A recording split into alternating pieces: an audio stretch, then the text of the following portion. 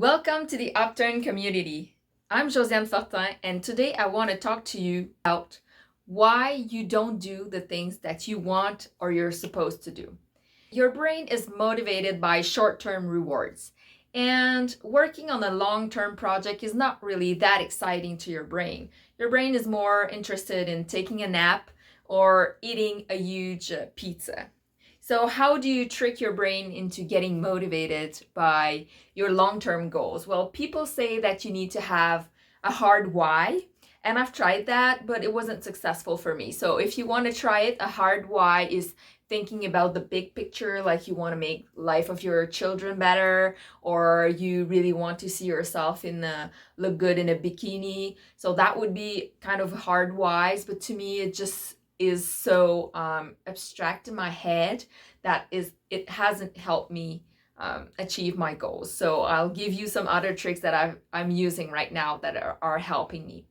So what you need to do is truly believe that what you're doing is going to give you the reward you're looking for. Let's say, for example, you want to learn a new language. Let's say you want to learn Japanese. Then if you start thinking, well, I'm not really going to go to Japan. It's not really going to help me in my career. And I might not be able to learn it because it's really far from English. Then it's not going to be motivating to learn Japanese. You're just going to put yourself into question like all the time. So you're not going to put the time to do it. So you need to believe that if you're writing the words, that maybe you're going to be the one to get published, and maybe you're the one who's going to be able to sell your painting, or you're the one who's going to save the world with your new invention for the environment. You need to believe that these things are possible. And what I always tell myself and what I tell my husband too is someone has done it, so why not me? Someone has sold paintings, someone has won an Oscar for a script that they wrote, and people do it, so why not you? Also, in the other side of believing is the fear that you might feel that you're not worth it or that you won't be able to do it. Well, you need to start before you're ready, because you get better as you go, you learn as you go, and you can't let fear stop you. You also need to take small steps. That's what I apply a lot to my big projects. Let's say I like the example of writing a book. Writing a book is like overwhelming. Like there's no way someone can do that. Like some people do it in weeks, but to me it's just impossible. So what I do is I'll just give myself small little goals that I can achieve.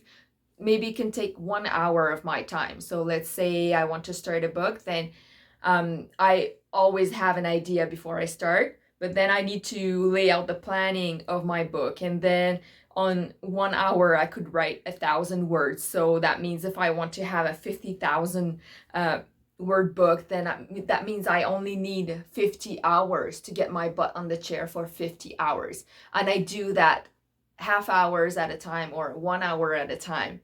So sitting for 1 hour is something I can manage. Writing a whole book just seems daunting. The fear comes up and it sounds difficult, and I just feel like procrastinating. Sitting down for 1 hour, it's easier to manage. So look at your goals, and you need to cut it down to really, really, really simple tasks. If you want to start a business, let's say you're going to need a website, and within that website, you need to write content and buy your domain name, get the hosting. So those are all small steps. Buying the hosting might take you 10-15 minutes. That's an easy step. Building a business, big, huge, intimidating, but buying hosting, very easy. By cutting down your projects into smaller tasks that are really easy, you're gonna get going and you're going to do what you're supposed to do, and you're gonna get to that big goal. Focus on that tasks that actually bring value. Cleaning your house is great and everything, but it's not gonna get you your dream. And once you die, you're not gonna be celebrated for the person that had the most cleaned house on the block or on the planet. So ladies, stop cleaning so much your house, okay? There are so many more things that women can do and can bring to the world, and just do the minimum. If you want to pay for a housekeeper, go ahead and do that. I personally don't want to spend money on a housekeeper because I want to pay my mortgage early, but that's all up to you.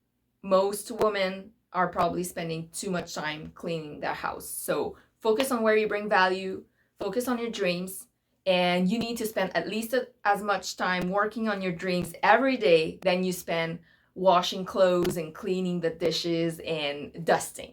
Okay. If you have a full-time job like I do, you need to find the spots, the sweet spots where you feel like you have enough energy to work on your goals. For some people, it's going to be in the mornings. Others, it's going to be at noon. They get an hour lunch and they have energy to work on their goals.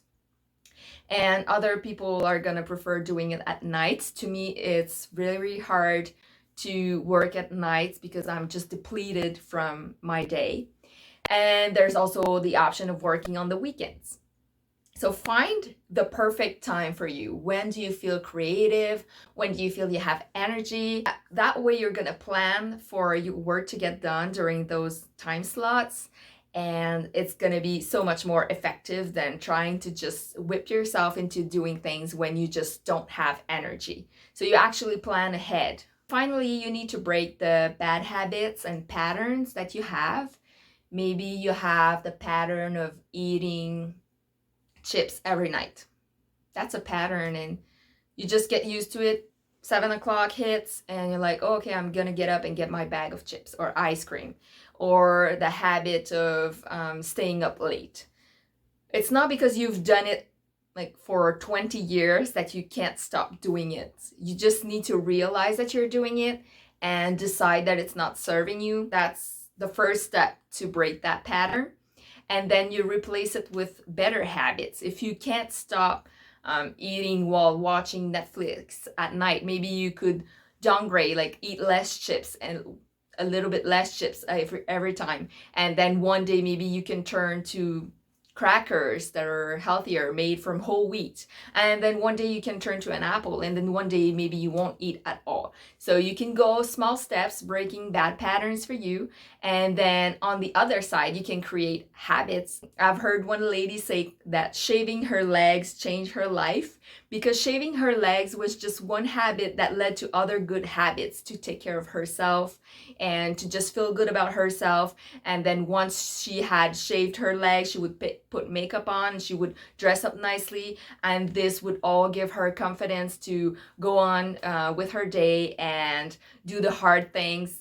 So maybe something as simple as shaving your legs could change your life. So I don't know, I haven't tried it, but you can try that if adding something different to your life might spur you into action and get the ball rolling. So I hope this was helpful. Don't forget to subscribe and leave in the comment if you've tried one of those tricks that I shared with you today. And if you have some tricks of your own, I would like to hear them. Thank you for watching. Bye.